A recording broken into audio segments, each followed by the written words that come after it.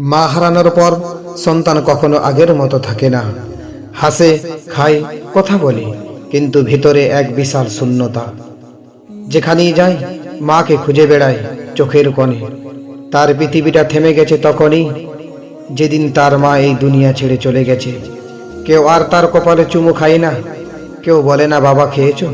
মায়ের অনুপস্থিতি জীবনকে নিঃশব্দ করে দিয়েছে। তবুও সে আশা রাখে, মায়ের দোয়া আজও তার জন্য আকাশ ছুঁয়ে আছে। এতিম এমন একটা শব্দ যা হৃদয় কাঁপিয়ে দেয়। সে হাসে, কিন্তু সেই হাসির পেছনে থাকে অভাব আর নীরবতা। পৃথিবীর সবচেয়ে কঠিন শব্দ তার মা নেই। খেলনা না থাকলেও চলে, কিন্তু মায়ের কোলে না থাকলে কি করে চলে? রাতের খাবার নয়, সে খুঁজে কারোর আদর। এতিমখানার দেওয়ালগুলো জানে তাদের কান্নার ইতিহাস। তাই যদি কাউকে খুশি করতে চাও, কোনো এতিমের মাথায় হাত রাখো, আল্লাহ তোমাকে খুশি রাখবে। বিধবার নিঃশব্দ কান্না। একদিন যার হাসিতে ঘর ভরে থাকতো, আজ সে নীরবতার সাথে কথা বলে। চোখে কাজল নেই, তবুও তার যেন দুটো চোখ কালো হয়ে যাচ্ছে কান্নায়। সমাজ তাকে দোষ দেয়, কিন্তু কেউ জিজ্ঞেস করেন না সে কেমন আছে। বিধবা মানি শেষ না, আল্লাহ জানেন তার হৃদয়ের কি যন্ত্রণা আছে।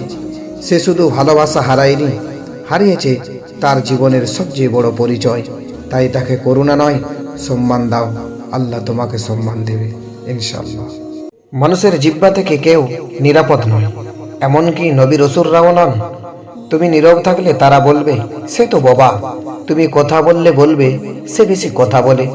তুমি রোজা রাখলে, তাহাজ্জুদ পড়লে বলবে সে লোক দেখানো ইবাদত করে। তাই জেনে রাখো, মানুষকে সন্তুষ্ট করা কখনোই সম্ভব নয়।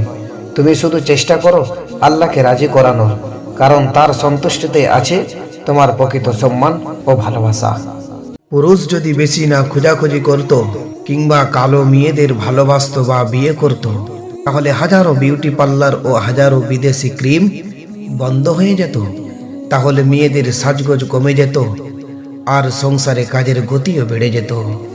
কিন্তু এখন বর্তমান সময় ছেলে মেয়ে উভয়ই দুইজনই সমান তরিকায় হয়ে গিয়েছে। কথা ঠিক কিনা জানাবেন। সাবধান, দুনিয়াতে কারো কাছে এক বিন্দুও কিছু আশা করবেন না। করলে কষ্ট পাবেন। যা চাওয়ার আল্লাহর কাছে চান, পাবেন তো সীমাহীন ইনশাআল্লাহ।